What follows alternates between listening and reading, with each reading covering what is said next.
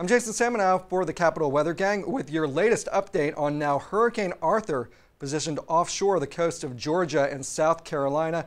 It is now packing sustained winds of 90 miles per hour, a marked increase from this time yesterday as the storm has continued to intensify, and the forecast is for additional strengthening over the next 12 to 24 hours as it approaches landfall along the North Carolina Outer Banks, probably around 8 a.m. on Friday morning, July 4th. Now, right now, as we look at the satellite image, we can see a very well-defined storm with thunderstorms around the center. It's really become a lot more organized since this time yesterday, more symmetric, and we're starting to see a well-defined eye as we look at the radar image, which really shows the spiral band starting to lash the coast of northern South Carolina into southern North Carolina.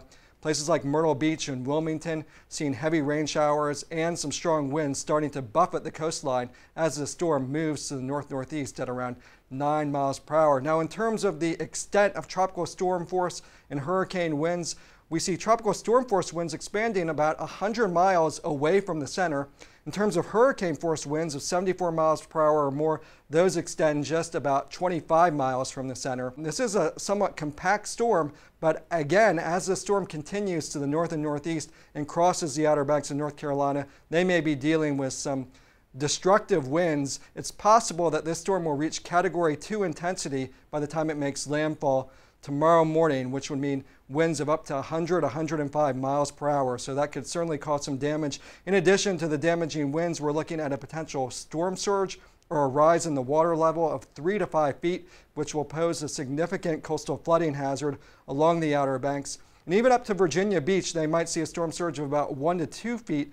Now, as we move further up the coast, the impacts will tend to be lesser or wane somewhat along the Delmarva Peninsula and along the New Jersey shore, maybe just a skirt with some winds of maybe 20 to 40 miles per hour, maybe a period of rain Friday morning into Friday afternoon. But by Friday night, I think the Delmarva Peninsula and the New Jersey shore will be more in the clear. But southern New England, your prime time for the storm will likely be Friday evening and into Friday night, and so during that period of time you may contend with tropical storm conditions with winds to 30 to 50 miles per hour, maybe a little bit stronger, as well as some heavy rain. So again, Friday night, not a good time for fireworks in eastern New England. I suspect those firework plans will be changed to different nights. The good news, though, is that after we get past Saturday morning, for the entire eastern seaboard, we're going to see the storm moving out with really a pretty nice weekend for the entire East Coast,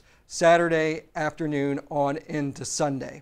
So again, it's the next 24 to 48 hours, which are the real danger period. North Carolina, you may see your earliest landfalling hurricane on record with Hurricane Arthur, and this might be the strongest hurricane to make landfall in the U.S.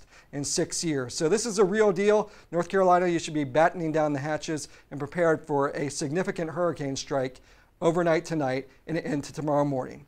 For the Capital Weather Gang, I'm Jason Samenow.